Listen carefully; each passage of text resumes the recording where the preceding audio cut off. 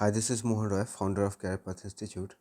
आप सभी को पता है हम लोग डेली अपने चैनल पर चेतना सत्य का मॉड्यूल अभी फ़िलहाल डाल रहे हैं और थोड़ा सा सीजनल चेंजेस की वजह से तबीयत ख़राब हो गई है। सर्दी खांसी और आवाज़ भी देखिए आपको भारी भारी लग रहा होगा, तो उस वजह से वीडियो नहीं आ पा रही थी। अभी भी तबीयत उतनी ठीक नहीं है, लेकिन फिर क्या होगा कि काफ़ी ज़्यादा गैप हो जाएगा तो ढेर सारे कंटेंट हो जाएंगे। तो इस वजह से मैंने सोचा किसी तरह से अपलोड कर दूँ बना करके वीडियो। थोड़ी सी तकलीफ़ होगी लेकिन हो जाएगी। लेकिन राहत की बात यह है कि मैं मॉर्निंग में क्या कर रहा हूँ कि जो PDF आ रही है ना, उसका मैं अपलोड कर दे रहा हूँ पिक सभी चैनल पे। आप पोस्ट में जा कर के देख सकते हैं। तो जो भी बच्चे देखते हैं चैनल से हमारे जुड़े हुए हैं, उनको पता होगा पोस्ट में आ जा रहा है, तो वहाँ से देख करके आप उसको रिवाइज़ कर सकते हैं और पढ़ सकते हैं। तो चलिए हम लोग शुरू करते हैं। 3 PDF मैंने क्रिएट करके रखा है। तो सबसे पहले 27, उसके पहले आपको पता होगा सैटरडे था, तो सैटरडे को छुट्टी हो गया था, उसका संडे था, ठीक है। 24 तक का हुआ था, 25 और 26 छुट्टी था। तो उस दिन, जिस दिन छुट्टी होता है उस दिन का चेतना सत्र का मॉड्यूल नहीं आता है, ठीक। तो 27 से मंडे से स्कूल खुला है, तो मंडे से आपका यहाँ पे है, तो हम लोग इसको डिस्कस करेंगे, ठीक है। तो देख सकते हैं आप यहाँ पे डेट मेंशन है 27 का, और 1 से 8 क्लास तक के बच्चों के लिए ये है। इसमें आज के दिन में कुछ खास बातें हैं, जिसमें पहला बात यहाँ है, मीना भाई देसाई का जन्म 27 अप्रैल 1920 को सूरत में हुआ था, जो कि गुजरात में है। मीना भाई देसाई ने महात्मा गांधी के सामने एक संकल्प लिया था कि वह आजीवन निधन गांव वालों लोगों से के अधिक तथा सामाजिक विकास के लिए काम करते रहेंगे। यह संकल्प उन्होंने पूरी निष्ठा के साथ निभाया। मीना भाई देसाई की इसी प्रतिबद्ध सेवा के लिए उन्हें 1982 मैग्सेसे पुरस्कार दिया गया, ठीक है। उसके बाद हर्बर्ट स्पेंसर का जन्म 27 अप्रैल को हुआ था, 1820 में इंग्लैंड में हुआ था। वे एक प्रमुख ब्रिटिश दार्शनिक, जीव विज्ञानी, समाजशास्त्री, शास्त्रीय उदारवादी विचारक थे। उन्हें सामाजिक डार्विनवाद, सोशल डार्विनिज्म और योग्यतम की उत्तरजीविता, सर्वाइवल ऑफ द फिटेस्ट के सिद्धांत के लिए जाना जाता है।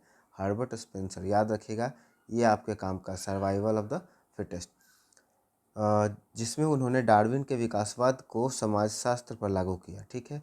उसके बाद आज का विचार का अगर बात करें तो है, पढ़ाई को बोझ न समझे, सीखने का आनंद ले, ठीक है। उसके बाद एक छात्र साधारण छात्र और एक असाधारण छात्र में केवल निरंतर प्रयास का अंतर है।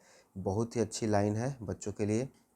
देखिए जनरली होता क्या है, मैं भी जब क्लासेस में पढ़ाता हूँ तो बच्चों को मैं बस दो ही बात कहता हूँ कि पढ़ाई ना बहुत ज़्यादा सिंपल है। बस आपको दो काम करना है। पहला, आपको जो भी टॉपिक पढ़ाया जा रहा है अपने टीचर्स को बोले कि आप पहले वो बता दें, ताकि आप उसको पढ़ करके आएँ, ठीक है।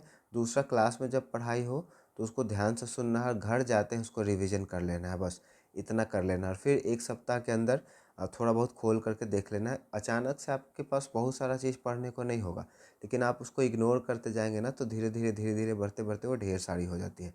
तो पढ़ाई पता है बहुत ही ज़्यादा आसान होता है कब, जब आप निरंतर उसको क्या कर रहे हैं, कंटिन्यू पढ़ रहे हैं। तो अब छोड़े रहेंगे, आप सीधे सोचेंगे कि एग्ज़ाम के 10 दिन पहले, 5 दिन पहले या एग्ज़ाम के 1 दिन पहले पढ़ कर के जाऊँगा, एग्ज़ाम दे दूँगा, कहानी ख़त्म। तो पढ़ाई बस एग्ज़ाम देना और नंबर लाने भर मात्र का नाम नहीं है, ठीक है। ये बहुत ही डीप नॉलेज है। आपको पढ़ना है, समझना है, अपने बौद्धिक स्तर को बढ़ाना है, कंटिन्यू करना है इसके लिए काम, ठीक है। आगे देखते हैं सामान्य ज्ञान। बर्फ़ के से पानी बनने की प्रक्रिया को क्या कहते हैं? पिघलना। पानी के बर्फ़ बनने की प्रक्रिया को क्या कहते हैं? जमना।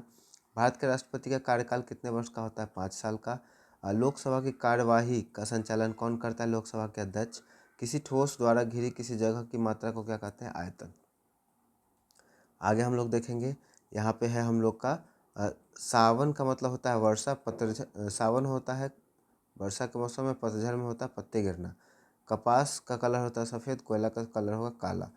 पुस्तक को रखा जाता है पुस्तकालय में, जानवर को रखा गया जाएगा चिड़ियाघर में, ठीक है।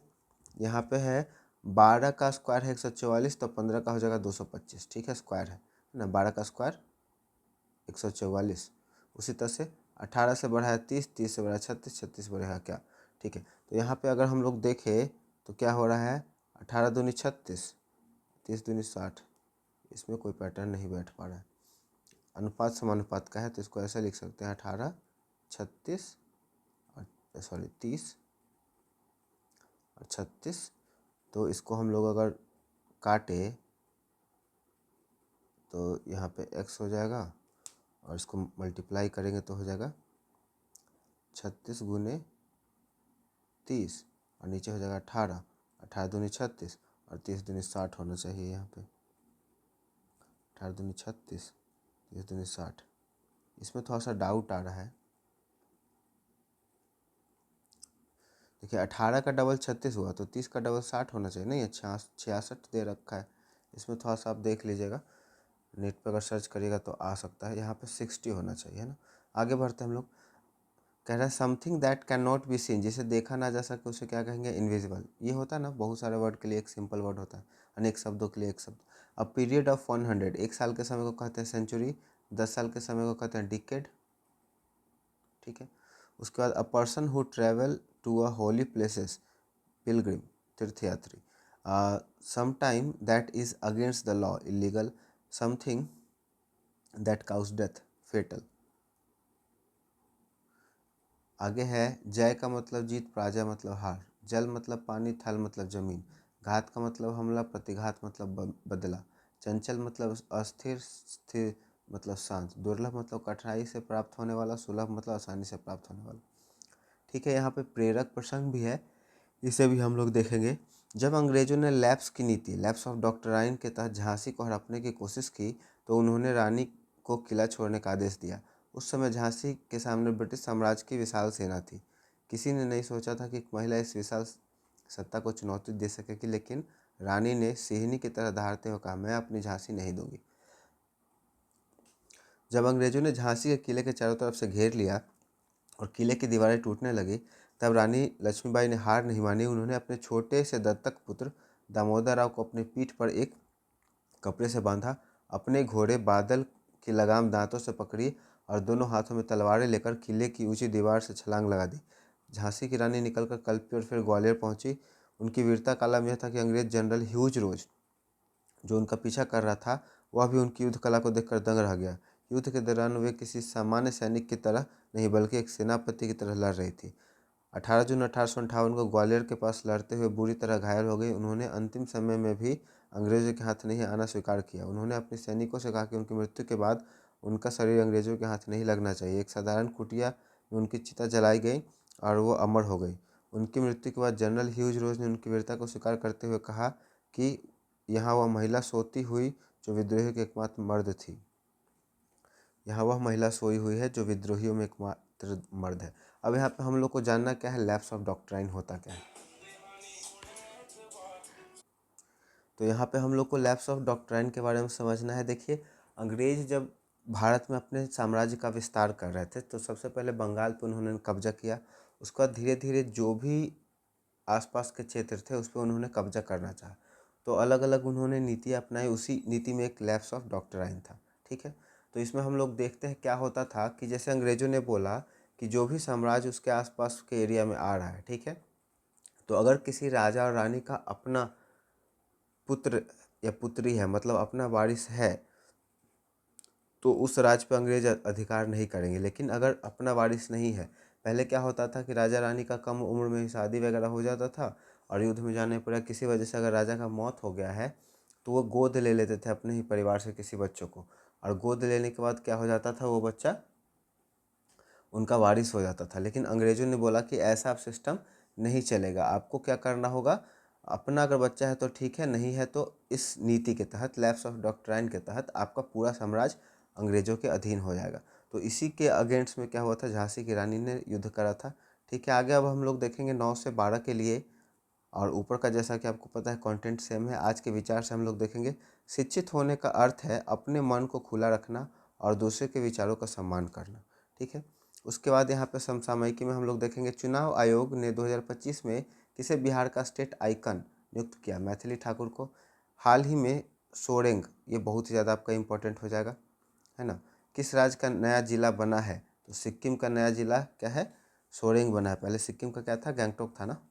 दुनिया की पहली वैदिक घड़ी कहाँ स्थापित की गई है, उज्जैन, मध्य प्रदेश में। भारत की पहली अंडर वाटर मेट्रो का उद्घाटन कहाँ किया गया है, कोलकाता में। ठीक है। आगे हम लोग देखेंगे सूर्य के सबसे बाहरी परत को क्या कहते हैं, कोरोना। ठीक है। ये कोरोना वायरस वाला कोरोना नहीं है, ये कोरोना सन के बाहर का जो होता है ना, वो होता है। ठीक है। आगे हम लोग देखेंगे पृथ्वी की कदरम कौन सा पदार्थ पाया जाता है, निकेल और लोहा। यहाँ पे थोड़ा सा मिसिंग प्रिंट है, अग्निवलय रिंग ऑफ फायर किस महासागर में स्थित है? प्रशांत महासागर में। अच्छा क्वेश्चन है ये। उसका विश्व का सबसे ऊंचा सक्रिय ज्वालामुखी कौन सा है? कोटोपैक्सी, इक्वाडोर में है। उसका चूना पत्थर के कायांतर से कौन सी चट्टान बनती है? संगमरमर। चूना पत्थर का कंपोजिशन बोले तो CaCO3, कैल्शियम कार्बोनेट, है ना। कैल्शियम कार्बोनेट से ही संगमरमर हम लोग का बनता है। उसके बाद आगे हम लोग देखेंगे, आलोक का मतलब होता है प्रकाश, तिमिर का मतलब होता है अंधकार, आहूत का मतलब आमंत्रित करना, अनाहुत मतलब बिना बुलाया, इहलोक मतलब होता है यह संसार, परलोक मतलब दूसरा संसार, उन्मूल मतलब जल से उखाड़ना, रोपण मतलब स्थापित करना, लगाना, उन्मीलन मतलब आंखें खोलना, निमीलन मतलब आंखें मूंदना। उसके बाद प्रिस्क्राइब का मतलब होता है नुस्खा, लिखा हुआ सलाह या डॉक्टर का जो दवा प्रिस्क्राइब्ड होता है ना वो। प्रोस्क्राइब का मतलब होता है पाबंदी लगाना, बहिष्कृत करना। टॉर्चस मतलब घुमावदार, पेचीदा, और टॉर्चरस कष्टदायक, पीड़ादायक। उसका पैलेट मतलब तालु, स्वाद की शक्ति, पैलेट मतलब रंगों की तख्ती, रंग पट्टिका। आगे हम लोग देखेंगे बिहार विशेष का। बिहार के कौन से क्रांतिकारी हिंदुस्तान सोशलिस्ट रिपब्लिकन एसोसिएशन के संस्थापक सदस्यों में से एक थे? फणींद्र नाथ घोष। उसके बाद 1857 में बाबू कुंवर सिंह ने किस अंग्रेज अधिकारी को आरा के पास बुरी तरह से पराजित किया था? कैप्टन डनवर। ठीक है। कांवर झील बेगूसराय को किस वर्ष रामसर साइट घोषित किया गया? 2020 में। बिहार में पंचायती राज अधिनियम किस वर्ष लागू हुआ? 2006। ये भी आपका इम्पोर्टेंट है क्योंकि अभी पंचायत का चुनाव होने वाला है। ठीक है। उसके बाद यहाँ पे क्वेश्चन है, विजय ने कहा यह लड़का मेरे पिता की पत्नी के इकलौते भाई का पुत्र है। विजय का उस लड़का के साथ क्या है? भाई, कजन है, मेरा भाई है। एक महिला की ओर इशारा करते हुए एक व्यक्ति ने कहा उसकी माँ के इकलौते पोते की पत्नी मेरी पुत्रवधू है। वो व्यक्ति उस महिला के साथ क्या संबंध रखता है? भाई का। ठीक है। तो छोटा सा हमारा ये वीडियो था, ये 27 अप्रैल का कंटेंट है। बाकी जो बचे हुए 28 और 29 का उसे भी हम लोग जल्दी ही कंप्लीट कर देंगे। वीडियो पसंद आया हो तो वीडियो को लाइक कर दे, दोस्तों और परिवार के सदस्यों के बीच में ज़रूर शेयर कर दे। और अगर आप हमारे चैनल को सपोर्ट करना चाहते हैं तो चैनल को सपोर्ट कर सकते हैं। Thank you so much.